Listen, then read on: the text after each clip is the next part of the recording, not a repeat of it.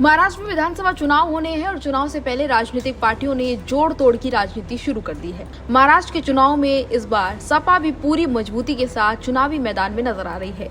Samajwadi party के प्रमुख अखिलेश यादव खुद प्रचार के लिए मैदान में उतर गए हैं। इसी बीच उन्होंने महाराष्ट्र विधानसभा चुनाव में सीट शेयरिंग को लेकर बड़ा बयान भी दिया है। उन्होंने कहा कि हमारी कोशिश होगी कि महाराष्ट्र में इंडिया गठबंधन मिलकर चुनाव लड़े।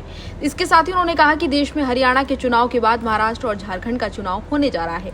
हालांकि उपचुनाव भी हो रहे हैं, लेकिन झारखंड और महाराष्ट्र में देश की राजनीति के लिए महत्वपूर्ण चुनाव होने जा रहे हैं। और हाल ही में हम लोगों ने ये भी देखा है कि हरियाणा का हारा हुआ चुनाव भारतीय जनता पार्टी ने जीत लिया। इसलिए महाराष्ट्र और झारखंड में इंडिया गठबंधन के सहयोगी दल मिलकर भारतीय जनता पार्टी को हराएंगे। उन्होंने राज्य सरकार पर निशाना साधते हुए कहा कि महाराष्ट्र की सरकार छीनी हुई और हथियाई हुई सरकार है।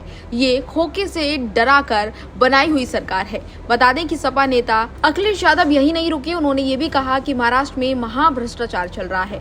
जनता अब इस सरकार को बदलने के लिए पूरी तरह से कमर कस चुकी है। इंडिया गठबंधन के और जितने भी सहयोगी दल हैं, हम मिलकर चुनाव लड़ेंगे और जीत का परचम लहराएंगे।